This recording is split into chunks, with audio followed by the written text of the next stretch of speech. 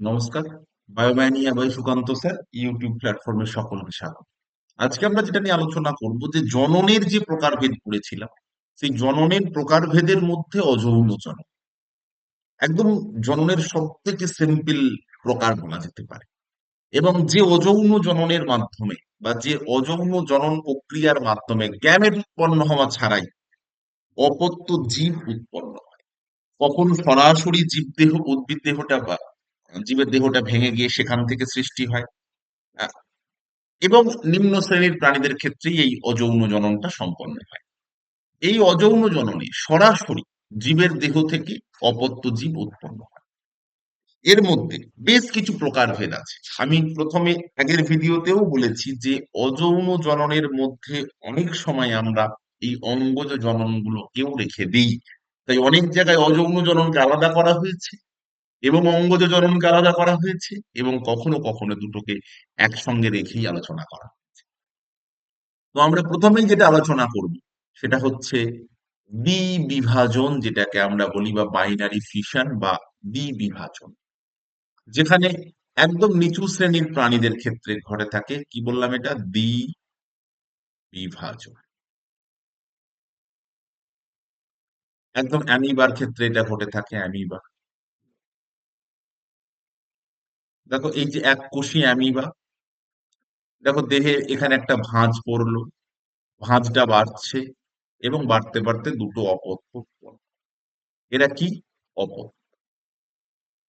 দেখো যখন অপত্য দুটো উৎপন্ন হলো, যদি এটাকে আমরা বলি মাতৃকোষ, দেখো মাতৃর কিন্তু আর কোনো অস্তিত্ব নেই। একটা মাতৃকোষ থেকে ভেঙে সরাসরি দুটো অপত্য কোষ উৎপন্ন। প্রক্রিয়াটার নাম হচ্ছে দ্বিবিভাজন বা বাইনারি ফিশন। এটা একটা ধরন। 2 নম্বর ধরন দেখো, যেটাকে আমরা বলি বহু বিভাজন। বহু বিভাজন। তো বহু বিভাজন মানে কি, এটা আমাদের প্রথম বুঝতে হবে। যেমন এটা আমরা দেখতে পেলাম প্লাজমোডিয়ামের ক্ষেত্রে দেওয়া আছে। অর্থাৎ একটা জীবদেহ ভেঙে সেখান থেকে একাধিক, দেখো এই যে ডটার নিউক্লিয়াস ভেঙে যাচ্ছে এবং একাধিক উৎপন্ন হচ্ছে, এবং একটা জীব থেকে একাধিক বা একটা জীবের দেহ থেকে একাধিক ভাবে বিভাজিত হয়ে বহু সংখ্যক অপত্য কোষ উৎপন্ন হচ্ছে। এটাকেই বলা হয় মাল্টিপল ফিশন। অর্থাৎ যদি আমরা এই যে বিভাজন বলে একটা কথা বললাম, এই বিভাজনকে দুটো ভাগ করতে পারি। বিভাজন এটা হচ্ছে কি? দ্বিবিভাজন। যখন একটা ভেঙে দুটো হচ্ছে দ্বিবিভাজন। আর যখন একটা জীবদেহ ভেঙে একাধিক হচ্ছে, তখন তাকে আমরা মাল্টিপল ফিউশন বলছি বা বহু বিভাজন বলছি। তাহলে দ্বিবিভাজন, বহু বিভাজন সবটাই কিন্তু বিভাজনের। নেক্সট হচ্ছে বাডিং, বা যেটাকে আমরা বলি কোরক উদ্গম। কোরক উদ্গম,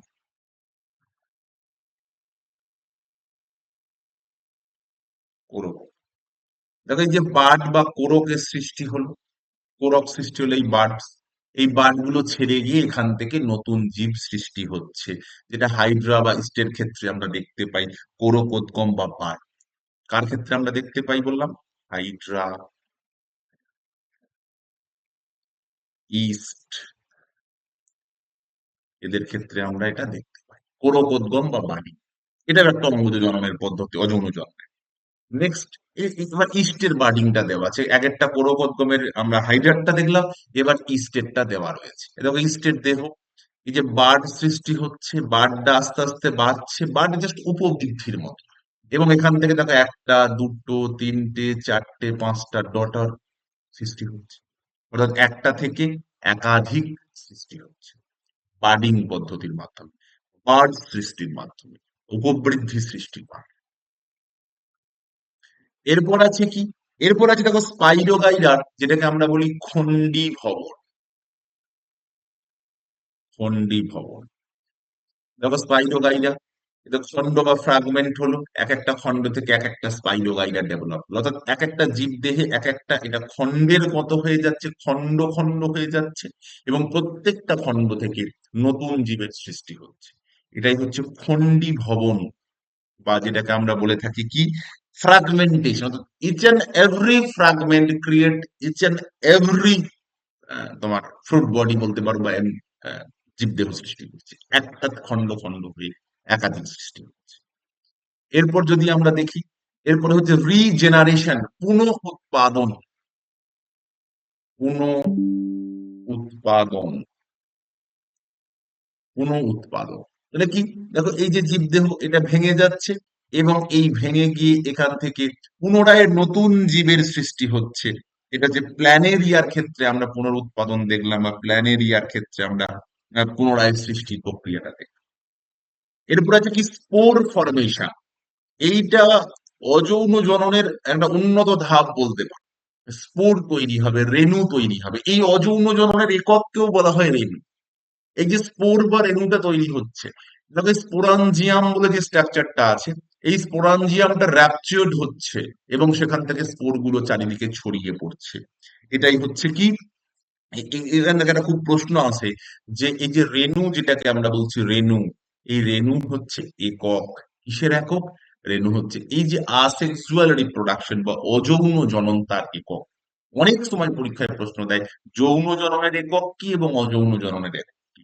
যৌন জননের একক হচ্ছে গ্যামেট, অযৌন জননের একক হচ্ছে রেণু। ওকে, তো এইভাবে আমাদের দেহে কি হতে থাকে, এই সরি নিম্ন শ্রেণীর প্রাণীদের দেহে অযৌন জনন প্রক্রিয়া সম্পন্ন হতে থাকে। তাহলে নিশ্চিতভাবে অঙ্গজ জনন বা যৌন জনন, এগুলোরও পদ্ধতি রয়েছে। আমরা পরের ভিডিওতে এই পদ্ধতিগুলো নিয়ে আলোচনা করব। ততক্ষণ সকলে ভালো থাকবে।